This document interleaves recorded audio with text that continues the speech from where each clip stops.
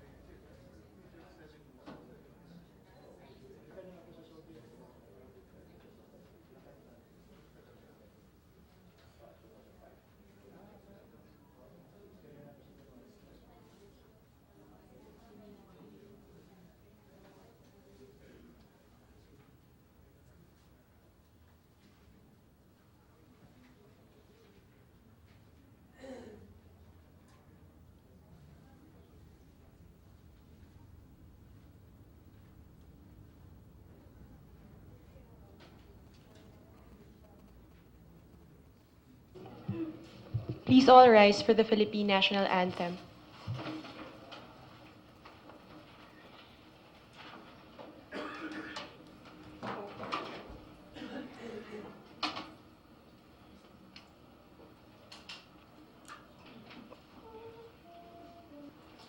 Bayang magiliw, pero sa silanganan, alab ng puso, sa dibdib mo'y buhay. Lupang hinirang, dulot ka ng mag-ibig, sa manlulupig, di ka pasisiin. Sa dagat at bundok, sa simoy at sa langit mong bughaw, may nilagang tula at awit sa paglayang minamahal. Ang bisag ng watawat mo'y tagumpay na nagdirinig, ang bituin at araw niya kailan pa may mapilinig. Lupa ng araw ng magkabit pagsinta, buhay langit sa piling mo. Aming ligaya na pag may makaapit, ang mamatay ng dahil sa'yo. Please say thanks for the things you have done for me. Things so undeserved, and yet you came. I am, and all I hope to be. I give it all to thee. Things he has done with his blood. He has saved me with his power. He has raised me. To God be the glory for the things he has done. Nancy Kimpo from the UP College of Law. As most of us are already aware of by now, 7 out of the 15 justices of the highest court of the land will be retiring next year. This means that by the end of 2009, only one, or the current Chief Justice, will not have been appointed by the same president. The importance of an independent judiciary cannot be emphasized enough.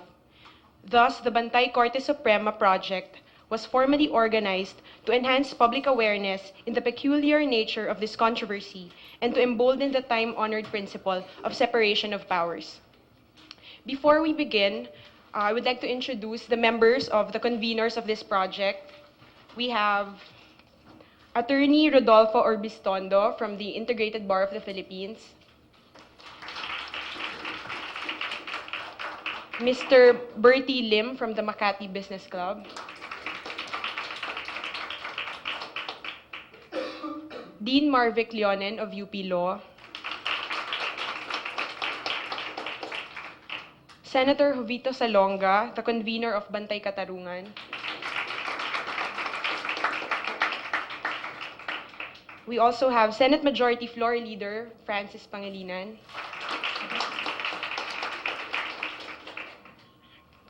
former Chief Justice Artemio Panganiban, Attorney Bobby Parel from the Philippine Bar Association, and Attorney Emil Capulong from Bantay Katarungan.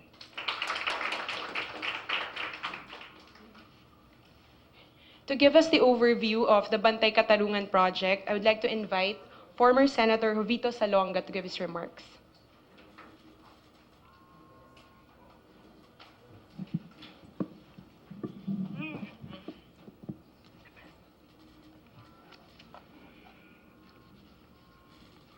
Magandang umaga po sa inyo lahat.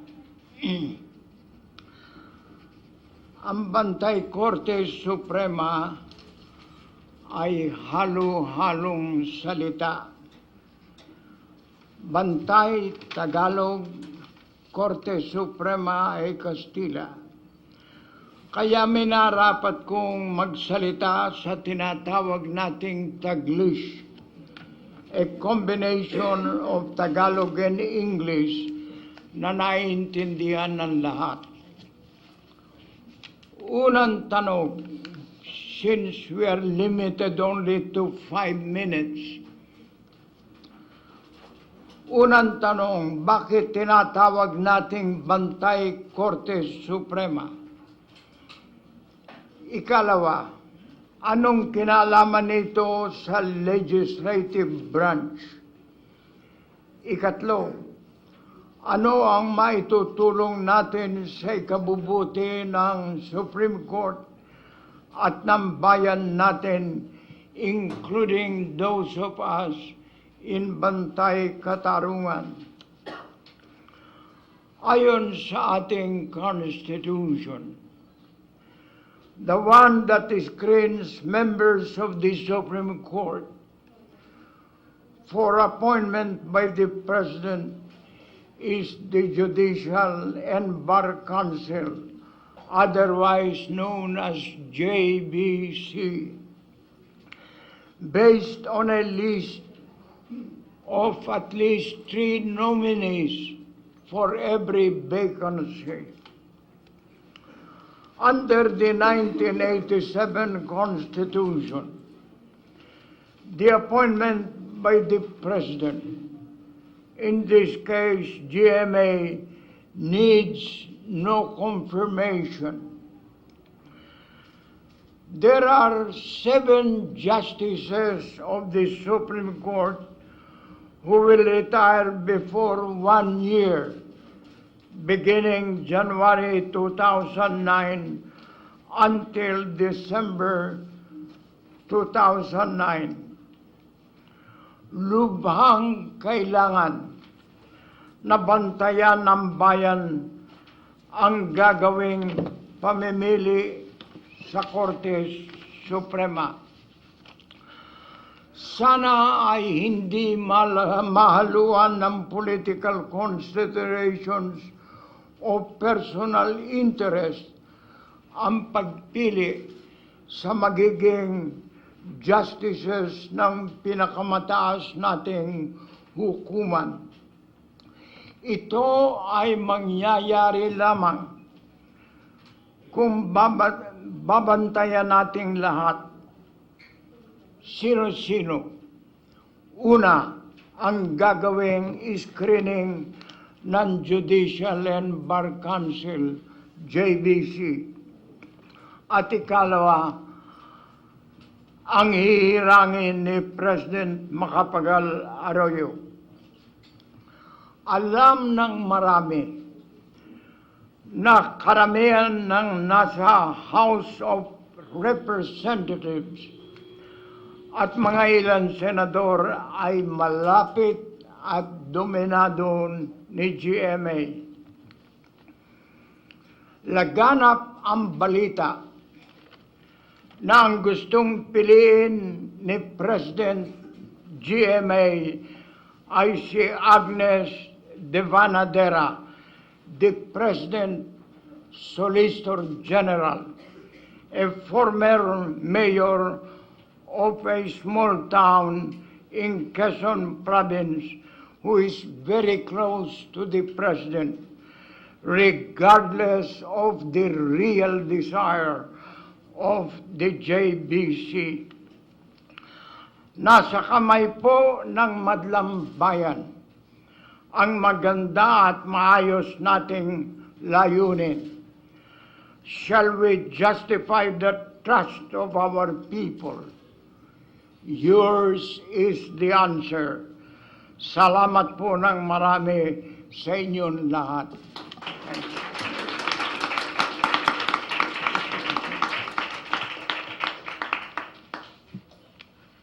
Thank you, Senator.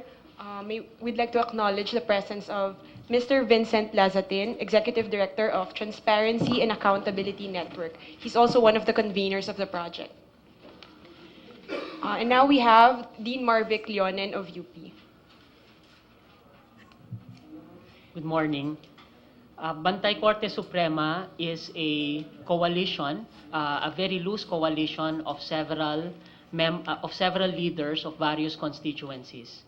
Foremost of which, of course, is the legal profession, represented by the Integrated Bar of the Philippines, the Philippine Bar Association, WILOC, the women's organization of those in the legal profession, and many others. Also in the coalition are the academe, led by, of course, the UP College of Law, Ateneo Law School, the Philippine Association of Law Schools, the president of which cannot be here, but we are also representing that association. Law students, former retired justices of the Supreme Court sit as our consultants, led by the former Chief Justice Artemio Panganiban, also Justices Mendoza and several others. We have also invited to join us members of the business community, and today we have present with us is Mr. Bertie Lim from the Makati Business Club. There are, of course, the media, and the coalition is going to sign a separate memorandum of understanding. I believe that the networks, major dailies, and some of the groups doing real investigative journalism will be joining us in the near future in order to sign a memorandum of agreement. Of course, the group of civil society, which includes the Transparency Action Network, led by Mr. Vince Lasatin, the alternative law groups, and several others have also come together in this large coalition. We are aware that there are many other initiatives, foremost of which is Bantay Katarungan's continuing effort to vet the candidates to any position within the judiciary. We also acknowledge the role of the coalition created by Transparency Action Network and ALG, and they shall be actively vetting their own candidates to the Supreme Court. The idea of the coalition was brought about by the sheer importance of this event. The Supreme Court is the last bulwark of law in our country, beyond which there is no other appeal. The Supreme Court is called the last resort. It is the court of last resort for individuals whose rights have been wronged, and in cases where the political agencies of our government, such as the legislature, the presidency, and even perhaps the ombudsperson, are unable to deliver, a petition in the Supreme Court is able to settle some controversies to the extent that they will read their powers under the concept of judicial review. And therefore, 7 out of 15 will be a lasting legacy of any president to the Supreme Court. At no time in our history, as emphasized by the former retired justices, at no time in our history has a president had the opportunity to appoint all the members of the Supreme Court during normal times. In other words, of course, during the time of President Corazon Aquino, when the Supreme Court was reorganized, etc., there was a change in the entire court and bank, but now a sitting president can choose almost all the members of the Supreme Court. We have come together to send the message that parochial political interest is not the attitude, is not the motive of a good statesperson. Parochial political interests and personal loyalties should be shunted aside in order to realize that this institution is, of course, the protector of the rule of law. Within months, maybe from the first appointments, cases can be filed in the Supreme Court that will alter the political landscape. For instance, the constitutional provision on how a constituent assembly is convened, whether voting together or voting separately, how constitutional amendments are proposed, the validity of any submission of constitutional amendments might be brought to the Supreme Court. The balance of the majority and the minority in the case of Cotabato versus GRP and the peace panel, which is on the validity of the process of ensuing peace, will also be put on the line. Of course, individual issues, such as the right to reproductive health in all its variations, individual bills of rights, like for instance, the freedom of expression, both critiquing the Supreme Court as well as critiquing political agencies, the right of media, the accountability of our public officers will all end up within the forum called the Philippine Supreme Court. Therefore, we have gathered together to bring in all our respective expertise to draw attention to the Judicial and Bar Council, which under the Constitution has the power to nominate a short list to the President of the Republic and, of course, on the President. We call on the JBC members and the President of the Republic of the Philippines to be true statespersons and patriots. The quality of the rule of law depends on the quality of the minds of the justices that are appointed, their integrity and their independence, even from the very appointing power that put them into power. Go beyond parochial concerns. We are Bantay Korte Suprema. Maraming salamat.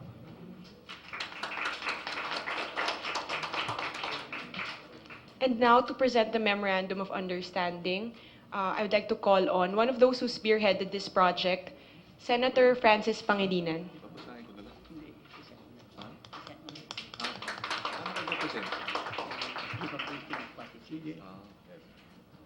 Well, very briefly, I think we can go into the questions later of the media, no? But we have with us the Memorandum of Understanding on the public monitoring of the selection of justices to the Supreme Court.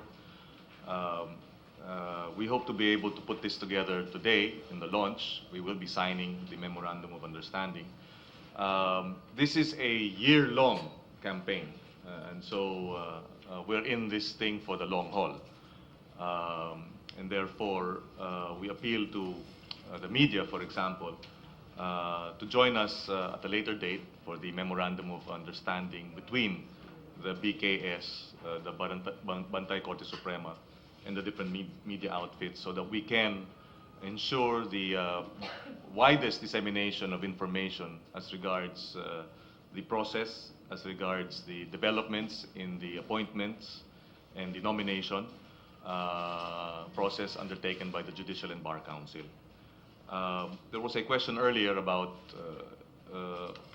this is supposed to be a watchdog, and I am in the Judicial and Bar Council, and therefore, why is the one being watched part of the watchdog?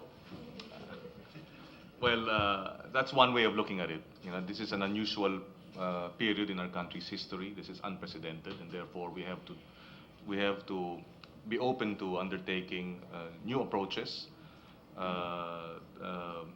We have to be open to outside of the box thinking.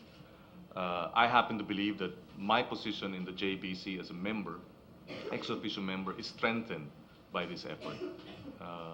Just the other day, there were already calls being made lobbying for a particular candidate or a set of candidates, and I conveniently told them that we are in fact putting together a process through the Bantay Korte Suprema, and therefore all these lobbying efforts will have to be done in the context of the efforts of the Bantay Korte Suprema. It frees my hand, in other words, and provides me the necessary instrument to be able to ensure that there is a more public, a more open, a more participatory process in selecting our choices as members of the JBC. We hope, likewise, as Dean Marvick relayed to me, to look at this as one foot in the door. And therefore, we hope to be able to get more support from the Judicial and Bar Council in order to ensure the transparency of the process, and of course with the ultimate objective of ensuring that those who fall into the short list of 3 per vacant position are only those who deserve to be there, are only those who truly fall under, or who truly have the or pass the criteria set or under the Constitution. Thus, perhaps more of those we can answer in the dialogue with the media or the press conference after. Again, this is a 1-year undertaking. The appointment, the JBC under the Constitution provides a list of 3 names to the President. And in this case, at the minimum, there will be 21 names. We also would like to announce that this week, there will be the start of the first interviews for the vacant position that will be filled up on the 3rd of January. The vacancy occurs on the 3rd of January because Justice Ruben Reyes will be turning 70. Although, and so the process is now being undertaken. So as we speak, the process is already ongoing, and therefore this is most timely for the citizens and organizations to be participating in this process. We hope to be able to vote, if I'm not, well, we have not pegged the date, but if previous acts of the JBC are to be made basis, perhaps by the 2nd week of December, which is in a month's time, we would have had already the short list for the first vacancy. So time is of the essence, and we do need to participate in terms of being vigilant to ensure that the process is safeguarded and that only those truly deserving make it to the short list of 3. Unless Dean Marvick Leonen wishes to add, that is my own brief presentation. Thank you very much.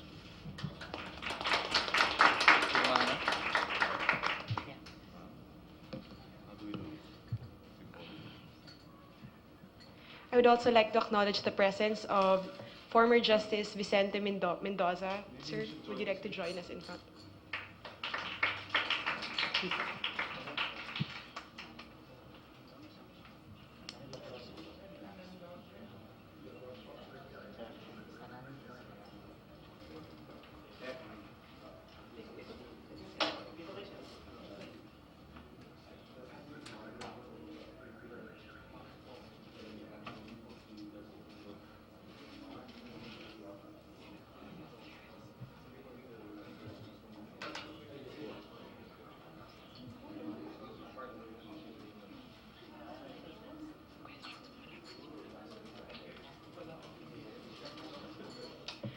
The floor is now open for questions. If you have any questions, you may ask them now.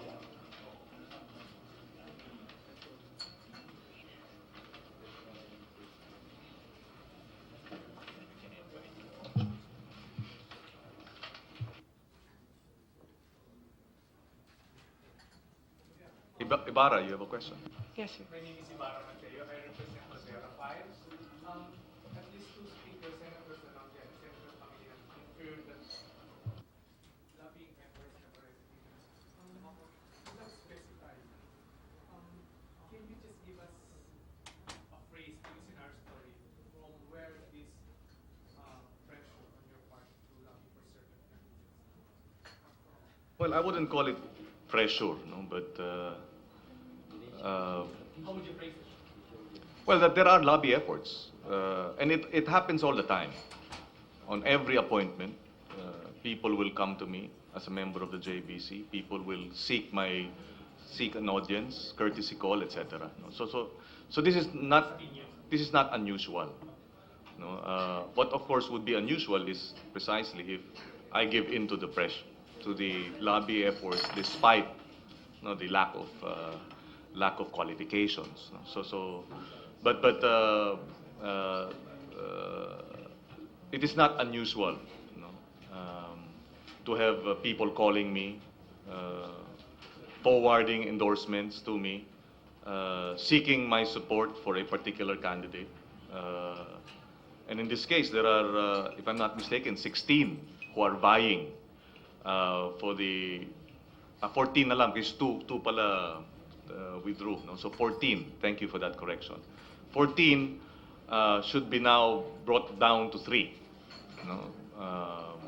So many, or a number of those in the list are already, their camps, if you can call it that, and those lobbying on their behalf are already making it known. Just a quick follow-up. You told me earlier that you had communicated with the JPC that you would want the voting functions to be disclosed to the public. And I think late last week, the Supreme Court Chief Justice also endorsed the proposal of SCAO to have the voting patterns. How soon can we have this, or what measure this group do to pressure the JPC to really open up the Huwag naman pressure, to appeal. But, when you start using the word pressure, then it becomes confrontational, no? And yes, an appeal. Well, we hope to be able to get the vote as to whether or not it will be open voting for this new vacancy, the first vacancy, which will be in the next month. I support ang position kasi ng well, the proponent actually is Attorney Castro. He wants an open voting. Actually, the term, I don't know if open voting is a bit confusing, no? But he wants that the vote of each member of the Judicial and Bar Council is made public and made known. Because today we do have secret balloting, so nobody knows who voted for which candidate or which nominee. So his proposal is to make the vote public, so that if I voted for for 3 candidates, then that should be made known. I support that. There are a few others in the JBC who support it, although officially we have not voted on the proposal. We hope to be able to tackle it today, and perhaps, if not decided on today, I'm sure within the next few weeks. Any other questions? Yes, ma'am. Sir, this is quite a new idea, getting the public to participate and give their thoughts and concerns on the selection of the Supreme Court justices. May I know what is more or less, what you envision the process to take place? We are building on other initiatives and on the individual initiatives of people now on the table. So there is, of course, a group that is actually having their own search committee, but that is, of course, an initiative that is supported by this coalition. The academic community will look at the names and perhaps look at the decisions that have been made by incumbent justices and weigh into the process. Perhaps the academic community will also sponsor lectures and symposia on how we would think the Supreme Court should direct itself within the next couple of generations. The business community and the legal profession are going to weigh in as to the not only the competence and the integrity and the independence of the nominees, but I think they will also have their own say as to what they envision the Supreme Court to be. You see, this is not only a matter of individuals, and it's not like appointing a director to a bureau that will change after the incumbent is gone or will be there until the Civil Service Commission will say that they are there. A justice of the Supreme Court stays until the age of 70, and no future president can change that unless, of course, there is an impeachment that is done. And therefore, it is the thinking of the justice, not the personal loyalty. Its ability to be able to work given the pressure of every justice that every justice experiences, the huge docket that is in the Supreme Court. Plus, on the other hand, another very important function would be that they exact accountability from the lower courts and from themselves also. We've seen this happen recently with the controversy at the Court of Appeals. And therefore, what we're looking at is their ability to be able to manage and think and make decisions. So what we hope to do would be a lot more substantial comments on the membership. The other thing that we'd like to do would be to, well, make the entire process more transparent. In other words, we are hoping that we can know why members of the Judicial and Bar Council voted the way they did. Of course, as a foundation to that, we need to know how they voted. Because the Judicial and Bar Council is the entity that draws the shortlist from which the president chooses. Of course, the president will make her own choices on the basis of what she feels is right for the country, we hope. But we hope that the Judicial and Bar Council can become more accountable than they were. So that is how we envision the process going. Shortly, we're going to put up for the people in cyberspace a web page where people can actually freely make their comments. Of course, the commentary there can be as free as any democracy. And therefore, what we will hope to do would be just to transmit it to the members of the Judicial and Bar Council. Thank you for the question, and we hope through you, through the media, we can invite people to come. You don't need to be in an organized group. If you know something about the nominees and their names are published, and we will make more efforts to publish their names, please come forward. It is your children and the children of your children that will suffer from how they read our law. Yes, ma'am. Ms. Marites.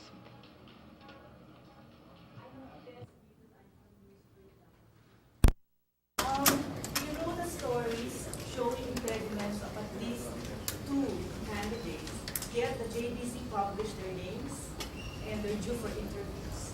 So, don't you do preliminary screening? One is as a pending case, the ombudsman, and that's Sol Jen. The other is beyond 65 years old. And those are very clear rules in the JBC. Yet in the preliminary screening, they pass. So what are the guidelines? Yes, you know, the issues of pending cases as well as the age is a recurring issue in the JBC deliberations. I've been with the JBC for the past 6 years, and so this is an issue that keeps recurring, regardless of who the candidate is. No, but in the long run, when all these, I assure the public, no, that all these issues are in fact deliberated on before we do make a vote. So in the case, for example, of a pending case, never in my 6 years as member of the JBC, never has there been a voting process wherein pending cases were not first discussed and deliberated before a vote is made. There are some pending cases that we feel in the JBC are, although not decided with finality, we have the Office of the Court Administrator, for example, briefing us as regards the nature of this case, what their recommendations are, and so forth and so on. And then we make a decision on the basis of these recommendations. So we are assuring the public that this particular issue of a pending case will be taken up, and we will vote on it. Whether we find merit in it or not, of course, is another thing altogether. But again, I will reiterate, in my own experience in the last several years, never has a voting process been undertaken without first a deliberation and discussion on issues such as the pending case or the age. So these are not ignored. These are deliberated upon and debated on and then eventually voted upon. Any more questions? Sir.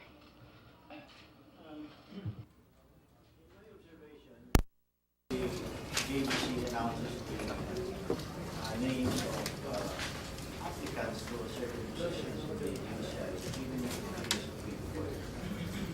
Would it be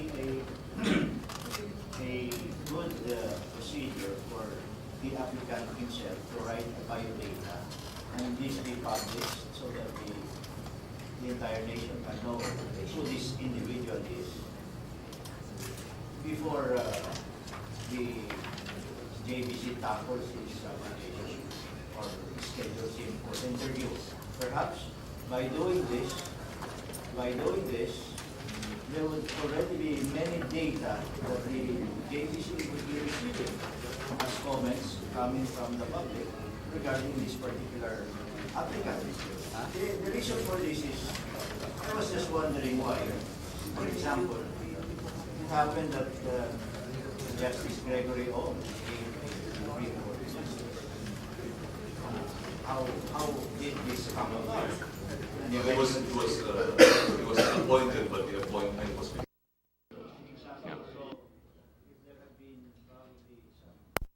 Some prior information about him, about his interest in being appointed as justice to the Supreme Court. Perhaps the matter of his citizenship would have been brought out in the open even prior to the JBC's acting on his application or whatever. Maybe that could be done. And the second point is, how potent would the commentary of the Bantay Korte Suprema be so far as it will be treated acted upon by the JBC? I understand that the JBC has its own internal rules, internal policies. So we may end up like that group nominated nominating certain persons as commissioners of the Comelec, but then frustrated because their recommendations that were actually have been considered very seriously. Those are the only points.